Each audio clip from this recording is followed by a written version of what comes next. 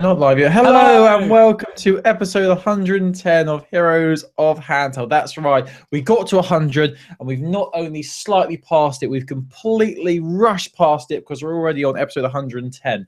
We're pretty much halfway to 200, Chris. This is insane. This is Heroes of Handheld. It's the podcast dedicated to everything handheld gaming. That's your PlayStation Vita, your 3DS, your new 3DS, your mobile devices, your smartwatch, your PlayStation TV, even though no one has one, and maybe even your PSP Go if you're one of the unlucky people to actually get one. Who? We can laugh at you. Who? I'm Colin. I'm one of your hosts. I've been your host since the very inception of this podcast, and I'm joined by my boy, Rick Grimes behind me in the poster. But I'm also joined by Chris as well. Hey, big man, how are you? I'm all right. I've got a confession to make. Do you know Roll Dial? Have you heard of Roll Dial? Yes, I've heard of Roald Dahl. Good. You know he did a book called The Twits, Yes. where we had these two horrible old people who were like really mean, and they made mice go on their head. And they play to pranks stand on on each their other. Yeah. I think it was the Twits where they never showered or anything, so they'd have meals, but then it would get Yeah, and stuck he in has their bits of, like, beards. spaghetti in his beard and worms and stuff. Yeah, Yeah. I just itched my beard, and a piece of, I don't know whether it's food or a small insect was inside my beard. So I'm pretty much halfway there to being the Twits. You know, The bigger I'm one worry is half that the you Twits. don't know the difference between food and small insects. Oh, in this household, it's like a bush tucker trial, mate. Every night, really. How are you? How are you, Chris? Yeah, I'm pretty good. I'm excited for what we've got lined up on the show today. We've got some good chatter, and we're going to do our first ever Yeah, I'm looking forward to it. handheld unboxing / opening. I have no idea what this is going to be. We basically started this video, and Chris, like, first thing he said to me was, "I want to unbox something live on the show. I'm not going to tell you what it is." So I literally haven't got a clue. It's either going to be you've already got a new 3DS. I don't really know what it could be, unless it's like a PlayStation TV, which would literally blow my mind, No, and I would laugh at you. think cheaper. Think a lot cheaper. Well, a Cheaper. bit cheaper. You haven't got an Anyway, Ouya. we'll do You that haven't got an later Ouya, have you? on. We'll probably do that after free app, but before news. I'm thinking. Yeah, I think before the news is probably a good little segment. Like, I'm really looking forward to this. It's such a tease, you know. Hey, what have you been playing this week? What's on? I have actually been playing a lot of PlayStation Vita this week. I've been playing a game called Samurai Warriors 4-2. So I'm playing this as I'm reviewing it for another website I work for, and I'm actually really surprised. It's actually really, really good. So it's one of these Japanese games, niche gaming sort of thing here.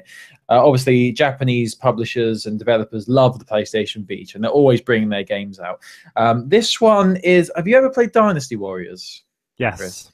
It's pretty much that with a different skin. just think that, and you're pretty much thinking about this game. But it's just so nice to have a big game on my PlayStation Vita. Like, it's not like a little indie 2D puzzler thing. It's an actual proper open world game where you run around killing people with your massive sword.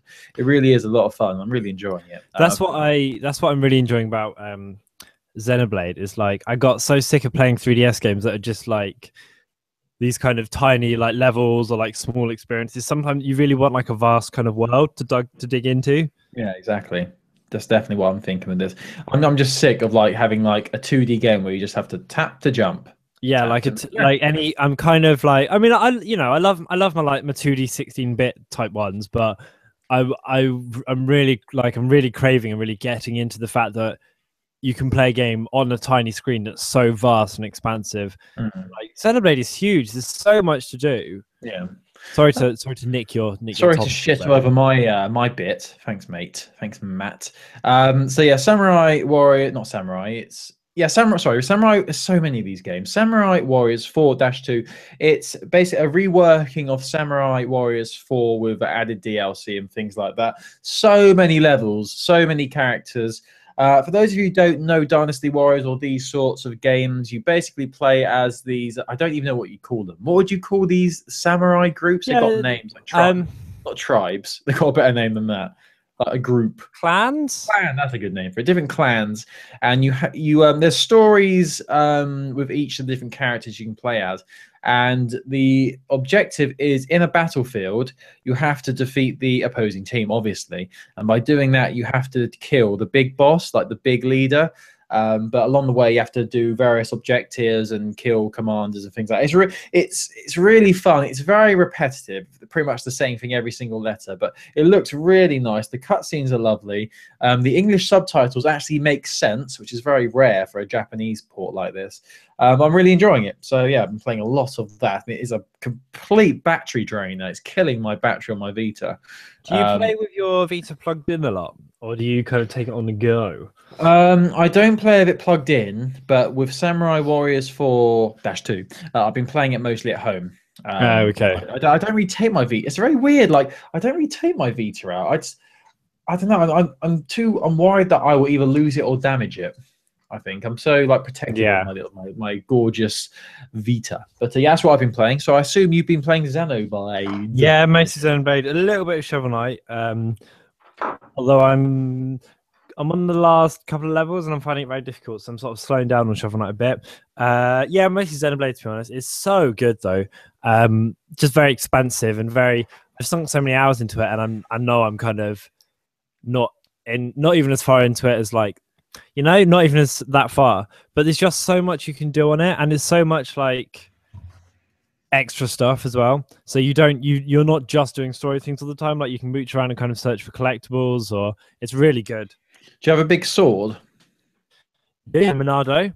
And it's although it's one of those annoying things where they give you like, so you play a Shulk, and Shulk gets this like this sick weapon called the Monado, which can damage the robots, which are like the bad guys of the story, and that's really cool. But also, like, now everyone's got more powerful weapons, but the Monado is the only thing that can actually damage the robots. So it's like I can't change weapons without not being able to damage the main bad guys. So it's a bit frustrating, really. That does sound like a very stupid mechanic in the game. But no. It's just the lore, and I think there'll be other Monado kind of weapons later on. I'm really enjoying it though; it's really good. Good, like it's so fun. It's nice to it's good to have games that really show off what our handheld gaming devices can do. Yeah. Although I just looked up online how long it takes to finish, and apparently the average is 65 hours. So holy shit! Stay tuned, Chris. No way to go yet. Don't fall out of love with Xenoblade. Wow, it's not repetitive, is it? No, not so far. That's good, because that's the biggest thing that can these games that have so many hours of gameplay. That's what can really kill it, is when it's the same thing over and over again, like repetitive gameplay. That's good. Anyway, so that is that shit done. Let's talk about this week's free game of the week. We really need to think of a better name for this segment, because free game of the week is pretty. Yeah, it's crap. So let's do some quick brainstorming. What can we call it?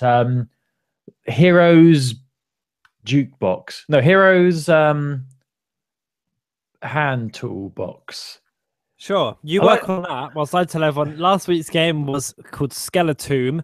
It's a kind of sort of top-down bird's eye Frogger crossed with a sort of dungeon crawler. You play as a skeleton explorer chap. You're trying to get to the end of the levels. The involves kind of Frogger-esque avoidance of obstacles, but also like combat and kind of maze exploration and stuff. Colin Byrne, hello. How did you get on with Skeletomb? I really, really enjoyed it. The main thing that I love about this game is the art style. I know it's like this sort of pixelated art style is so common now. It's very Minecrafty, but it just works so well. I love when you start a level, it does like the 2.5, 3.5D thing.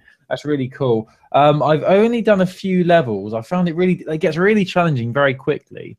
It does, doesn't it? It's a steep curve. It took me a while to figure out how to get past the levels of the arrows that are shooting at you. I didn't realize you could actually destroy the turrets by walking up to them. That was something that took me a while to realize. But they're really enjoying it. It also took me a while to figure out how to kill the bats and the weird skeleton things that are trying to kill you all the time. But it's really enjoyable. The only thing that I'm not too keen on, it's very similar to Sea Shrine, which we spoke about a few weeks ago. Where, to move, you have to keep tapping the screen, and that's a bit, a bit annoying. Yeah, I wanted a I wanted like a nicer control system because Mm. it's a bit annoying, just like swipe, swipe, swipe, swipe, swipe.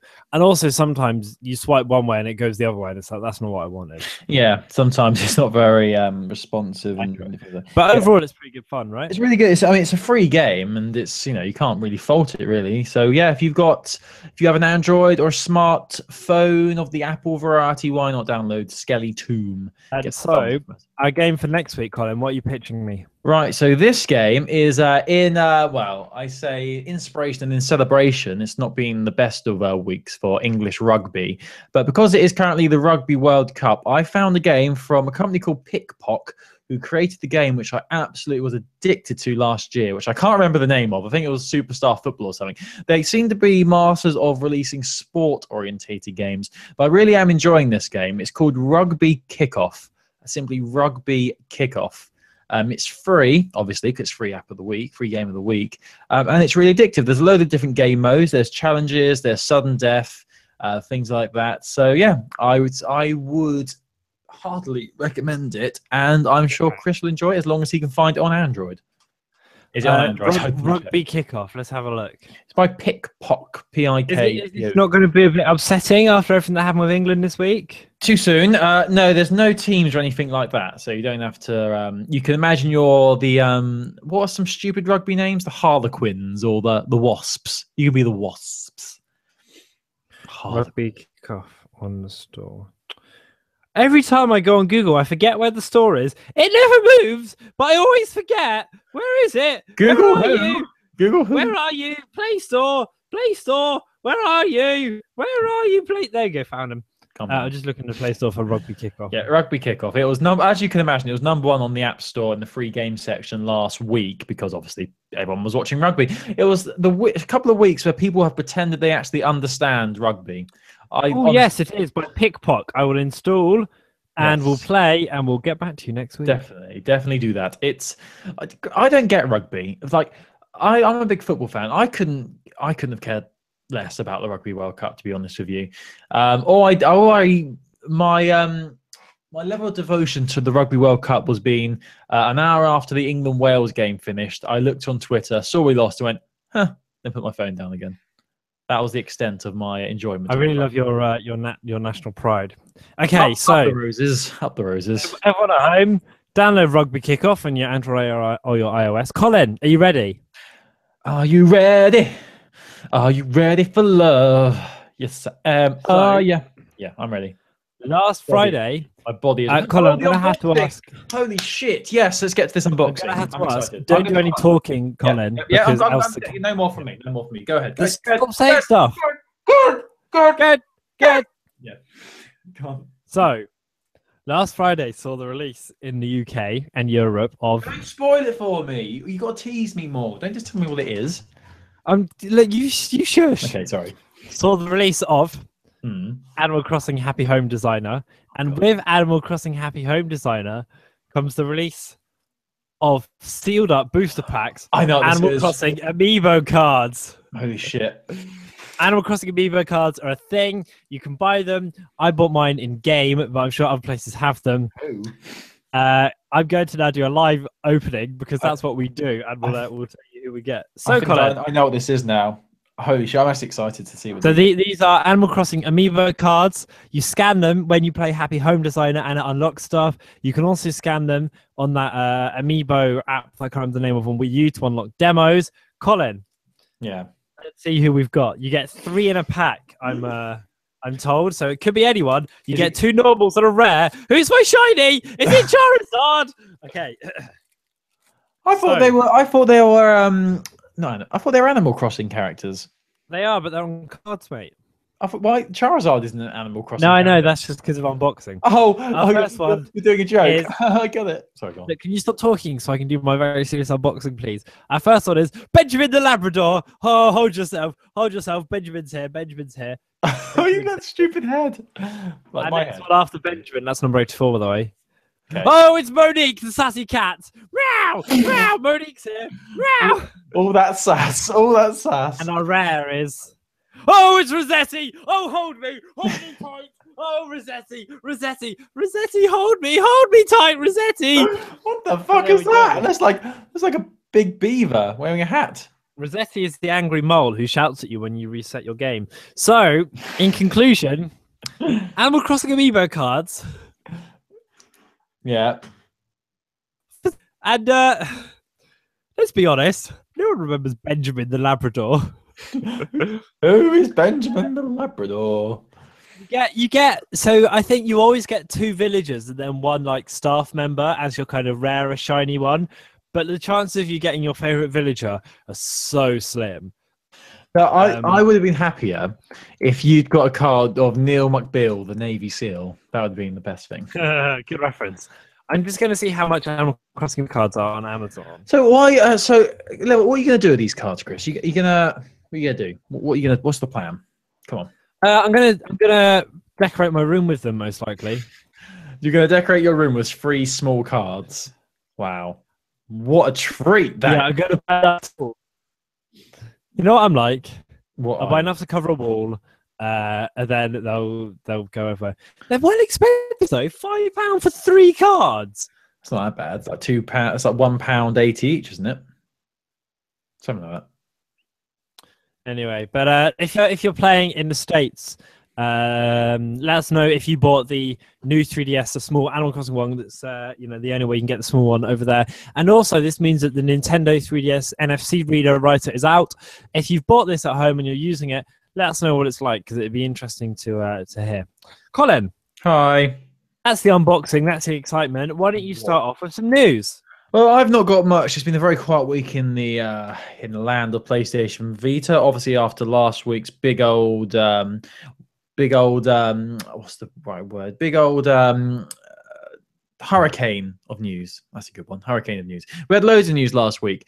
And last week I spoke about Yoshi Yoshida and his comments made at, I think it was, I've just thrown my microphone on the floor. That's not good. I think it was EGX, something like that, in this country, where when someone asked him about the possibility of a Vita 2, and his response was that it's probably not going to happen because mobile gaming killed the Vita, basically.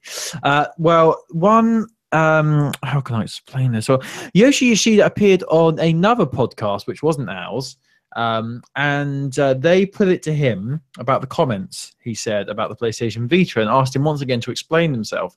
And he pretty much said the exact same thing again, how mobile gaming really has changed everything. They started planning the Vita in 2008, and since then, the landscape of handheld gaming has changed dramatically. They started planning it in 2008? Yeah, apparently, 2008. So it took him quite a lot, but 4 years to get it off, get it out, really. But he didn't really address the issue of PlayStation not supporting the Vita. Obviously, he didn't really comment on that. But when he was asked about games coming to the Vita, the interviewer asked whether, when will it be that the Vita is officially forgotten and Sony will stop supporting it. Couldn't really answer that, our boy Yoshida, but he did say, rather than answering the question directly, he said about loads of awesome Japanese games that are coming to the Vita. So there you go. But I have to say, as a video of his interview, he seems like a really nice guy, Yoshi Yoshida. He's the sort of guy you want to go get a cheeky Nando's with, Go and have a nice cheeky Nando's supper. I like that he doesn't mess people about. He's quite straight, forward coming, isn't he? Like, here's what's happening. We're not doing this. He's not very good at lying, which I quite like. He's always smiling as well. There's a big old smile on his face, which makes me happy. But we hate him anyway. Right, so that's my first bit of news. Let's hand over to Chris. He'll give you some more. So there's loads of little bits of news to talk about this week. Mine are kind of bundled together. So I'm going to put them into categories. This first category is your JRPG and games I don't understand category, because Shin Megami Tensei 4 Final has been announced for Nintendo 3DS. Atlas's official website for Shin Megami Tensei 4 had a Twitter campaign, and it was like, this is 15,000 tweets. We're going to reveal a disaster. So because of that many tweets, they've said we're going to be bringing out this game called Shin Megami Tensei 4 Final. Famitsu are reporting it's going to be a completely new title, and the game's going to come out February 2016 for the Nintendo 3DS, by Satoshi Oyama, who also worked on Shin Megami Tensei 4 Nocturne. And more details are going to be coming out next week via a thing called a Nico stream on October the 11th. So you'll be able to people around for that. But that's, you know, quite exciting. A lot of our listeners love Shin Megami Tensei 4, so this will be quite, you know, quite a good bit of news for them. And it's there's also screenshots out there which we'll link to. Silicon Era have put up a batch of screenshots, and they're looking, you know, they're looking quite interesting. This isn't really my sort of game, but for some people this is going to be, you know, a very big deal. So we'll put a link up to that in the article. But Colin, you know how, go on. You know how we joke about these games, and they've got unpronounceable names, and they've always got ladies, and they've got not a lot of clothes on, and a lot of boob on show. Yeah.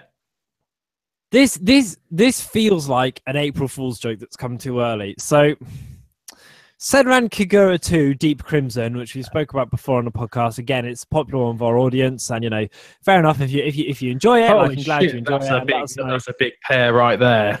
That's fucking so huge. The company that make it have just announced the release of the Busticated story mission. It's a new mission which will allow Mirai and Asuka follow them as they try to achieve their dream bust size. Busticated will cost you £4.50 in pounds or €5. The new DLC, according to nichegamer.com, will also add a breast modifier upon completion of the mission in the dressing room. And it's apparently only due out in Europe. Like this. It feels like a joke, doesn't it? You know, this actually feels like a joke. Because normally in these sort of games, they sort of hint to it being, you know, over the top. You know, like they won't like directly say, "Oh, that character's got big tits." But what they'll say is it would just be like a game that includes women with big breasts and not much clothes. But this, they're actually, it's almost like they're acknowledging the joke, you know, of how all these games have, you know. I mean, there's no denying and no doubt what the demographic is for this sort of game.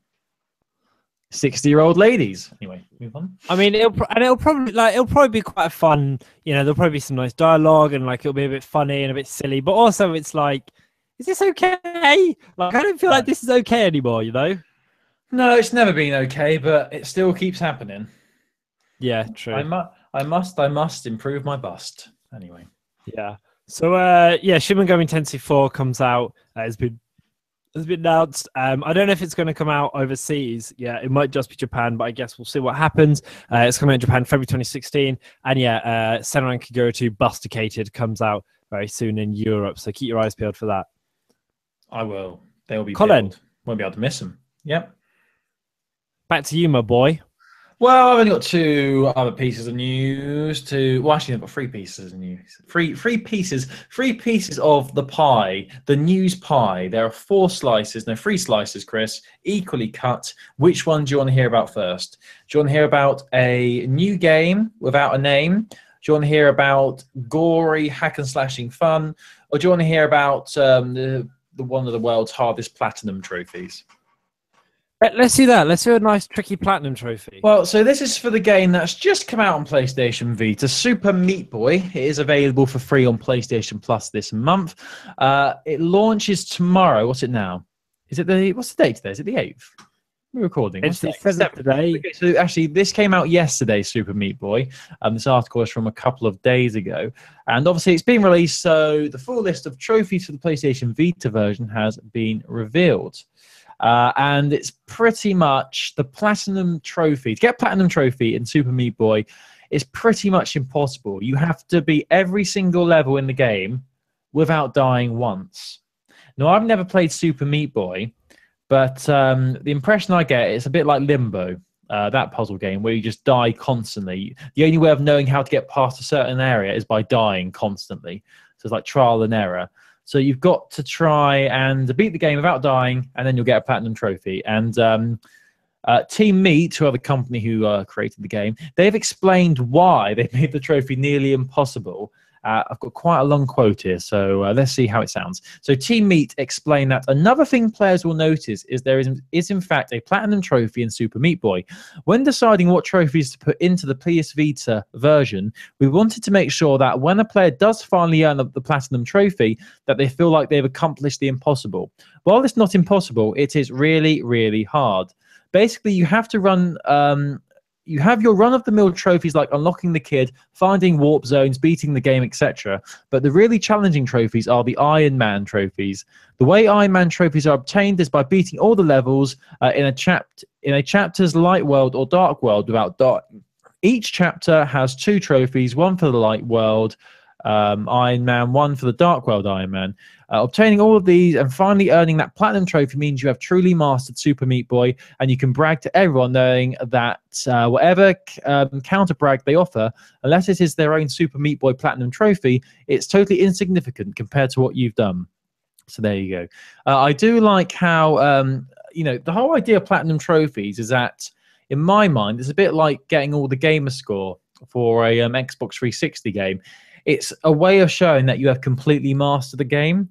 And I actually completely agree with what Team Meat are saying here. Like, by getting that platinum trophy, you pretty much have mastered the whole game. So you don't need to ever go back to it because you've pretty much done it all. Didn't you platinum Hotline Miami 1?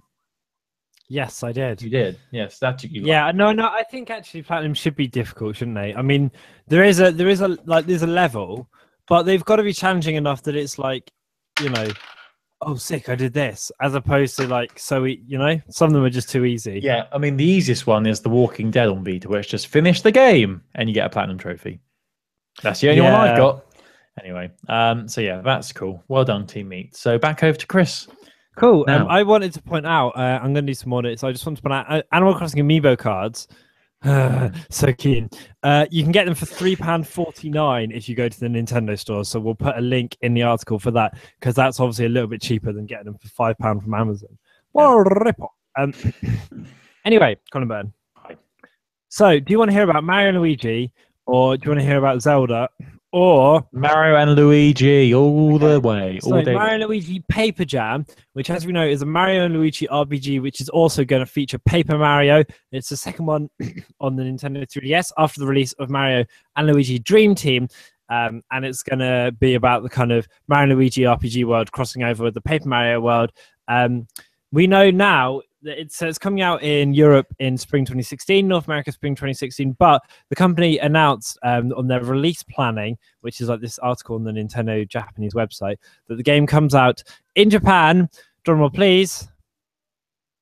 Colin, drumroll.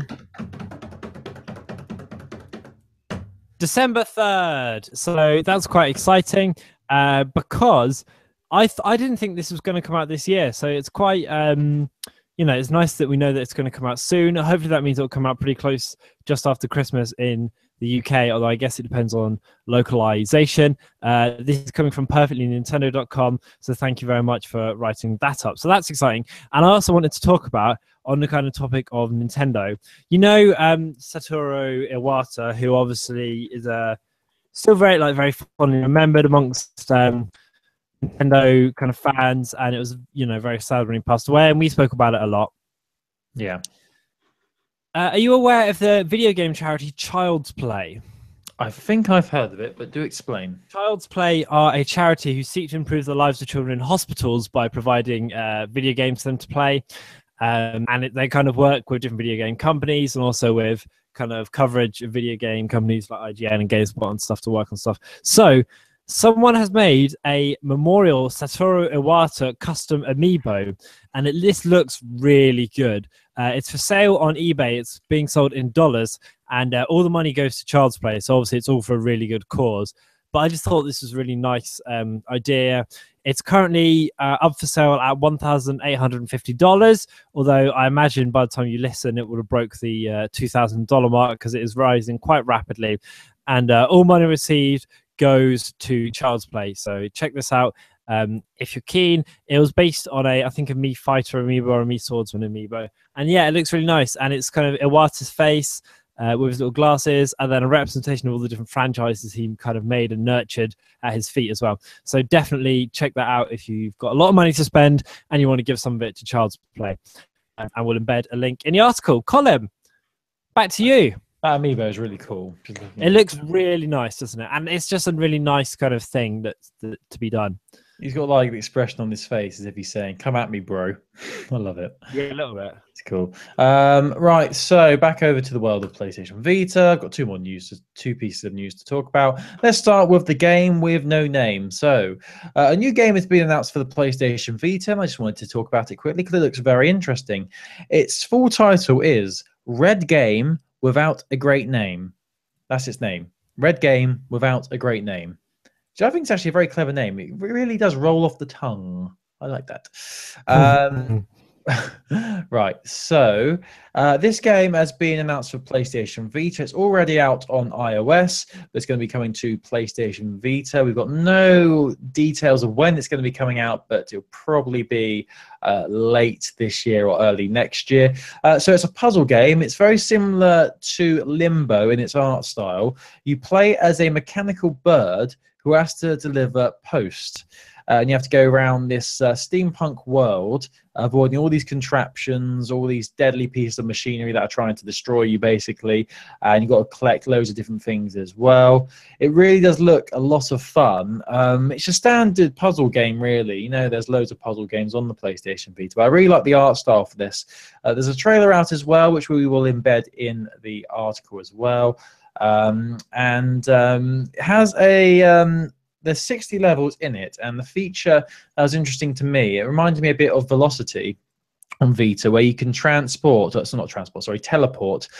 any direction a few meters, so not a few meters, sorry, so a few centimeters or whatever, to get around different contraptions. So that's a really cool added element to the game, similar to the game The Swapper as well, which is another puzzle game that came to the Vita. But yeah, I just thought it looked really cool, and I love the name of it as well. Red Game Without a Great Name.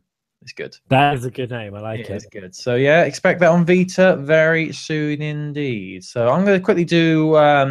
actually, no. Let's get back over to Chris, then I'll do my last article. Hi, Colin. You're right. I got loads of little bits I can spaff on you.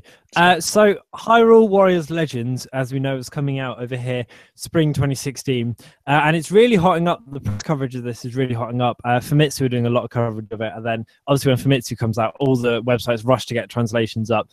Skull Kid, who first appeared as I remember him, I think it was briefly in Ocarina of Time, but obviously he's mainly in Majora's Mask, is going to be a playable character in Hyrule Warriors Legends for 3DS. This is very exciting. His weapon's going to be an ocarina, and he's going to battle in cooperation with the fairies.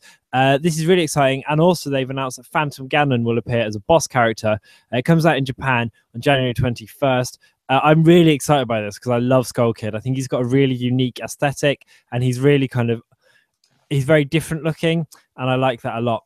So I'm excited to see what happens and how he is to play. And I just love that they're adding more and more content to this, because the Wii U version looked good, but this looks super good. And I'm looking forward to being able to play as I really like Wind Waker, and I really like Majora's Mask, so I'm glad they're adding more characters from those games. Also announced is a theme coming to the 3DS, featuring everyone's favorite Sega console, the Game Gear. Sega's Game Gear came out in Japan in October 1990. So, Colin, it's older than me and you. It's now 25 years old. And to celebrate this, Sega have teased a Game Gear theme coming out to the 3DS. They shared a video of it on Twitter, which you can watch. So, yeah, it's kind of a little... I'm just watching it now. It's like a little case to just make sure... The Game Gear is the grandfather of all handheld gaming, I would say. I know it's worth remembering, and it looks like it will be quite a nice theme, like quite a snazzy one if you remember it. We'll embed the tweet so that you can watch it on heroesofhandheld.com. No news on price or anything like that. We every evening before we go to bed, we pray to the great Game Gear gods of old, because without them we would not be here. Where would we be? Where would we be? How else would we play our Sonic on the go? Come on. I'm just looking at the Game Gear now. It actually looks pretty cool. I actually like the look of it. I like the red one. There's like a special edition Coca-Cola version. Cool. It was it's an interesting console, and hopefully I don't know if this is just going to be just a theme, or if this means they're going to start to do like a Game Gear kind of remaster season or something like that, but I guess we'll see what happens next with it. Yeah, we shall. Back to you. Back to me. Right, I've got one more piece of news. Another small article here. It's about a game called Slain. Yeah, Slain, which is a game that takes inspiration from hack and slash games of the 80s and 90s. It's got a rocking soundtrack, has a heavy metal soundtrack as well. This game was originally conceived and brought to everyone's attention via Kickstarter earlier this year. It successfully got funded, and the developers, who are Wolf Brew Games, were able to bring it to consoles and to handheld gaming devices and PC and things like that. So we're still waiting for it to actually come out on consoles, and the PlayStation Vita is included in the console bundle of devices it's coming to. It's got a release date of around, I think it's November, or it might be early next year now for PC. It's the same with these Kickstarter games. They get funded, then it takes years. It takes years and years for them to appear.